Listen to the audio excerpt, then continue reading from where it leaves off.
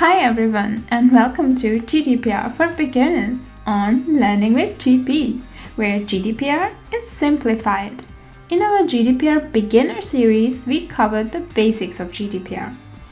During this series, I quickly mentioned certain complex concepts and I promised you that I will discuss these concepts in detail later, as they absolutely require a proper sit-down.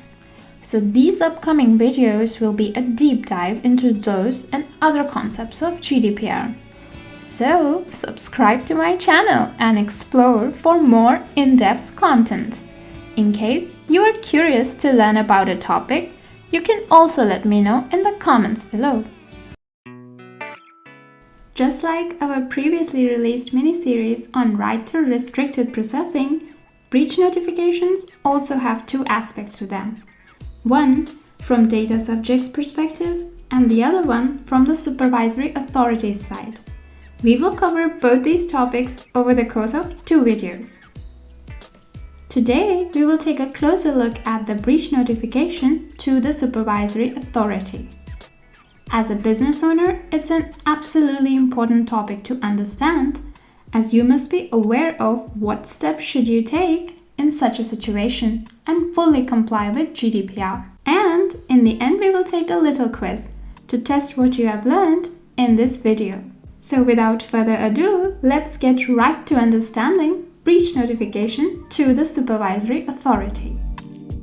Before we jump into the nitty-gritty of breach notification, let's try to understand what exactly do we mean by a data breach. In the GDPR text, a personal data breach is defined as a breach of security that leads to the accidental or unlawful destruction, loss, alteration, unauthorized disclosure, or access to personal data transmitted, stored, or otherwise processed. The personal data breach notification isn't really defined, but indeed means a duty to notify the proper instances when a personal data breach has occurred, and the involved data controllers and data processors are aware of it. In the case of a personal data breach, the controller shall, without undue delay and, where feasible, not later than 72 hours after having become aware of it, notify the data breach to the supervisory authority. The processor shall notify the controller without undue delay after becoming aware of a personal data breach. Now let's talk about the most important elements that must be present in this notification of personal data breach. So the first in our list should be the description of the nature of the personal data breach, including, where possible, the categories and approximate number of data subjects concerned, and the categories and approximate number of personal data records concerned. Second, it should communicate the name and the contact details of the data protection officer or other contact point where more information can be obtained. Third, it should describe the likely consequences of the personal data breach. For example, does it lead to personal information leakage, loss of business, depending on the attack or the breach that has occurred.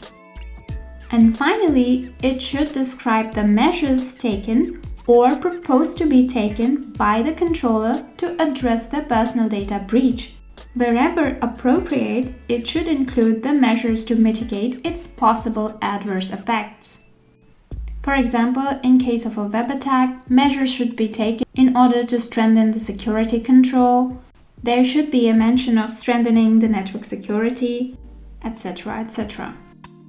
The data processor has a lot of responsibilities and duties towards controllers, and this is one of them. In the first place, as soon as the data processor who becomes aware of a personal data breach, they must immediately notify the instance to the data controller.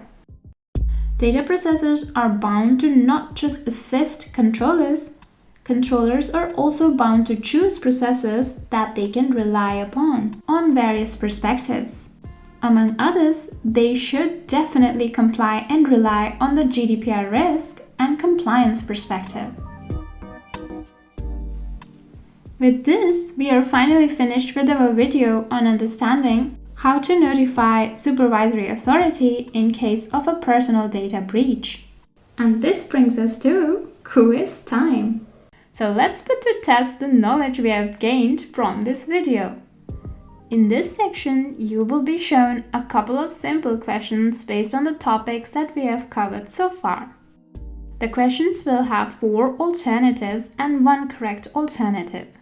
Feel free to take your time or go back to the lesson and find the correct answer. You can write the answer in the comment section below. I will make sure to get to your answers.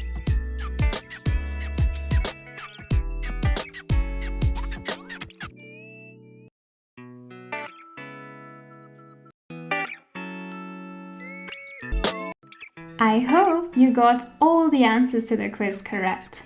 In the next video, we will simplify other complex topics of GDPR. If you have something on your mind that you find difficult to understand, do let me know in the comments below. I really appreciate any suggestions from you guys as it helps me direct my lessons as best suited to your needs. And of course, in the end of the video, as always, we will do a little quiz. So stay tuned for more videos. Do subscribe to my channel, Learning with GP, where GDPR is simplified. And with that, I thank you for putting your best foot forward towards understanding GDPR. If you have any more questions, please feel free to reach out to me at gunjan.gdpr@gmail.com. So see you later. Bye!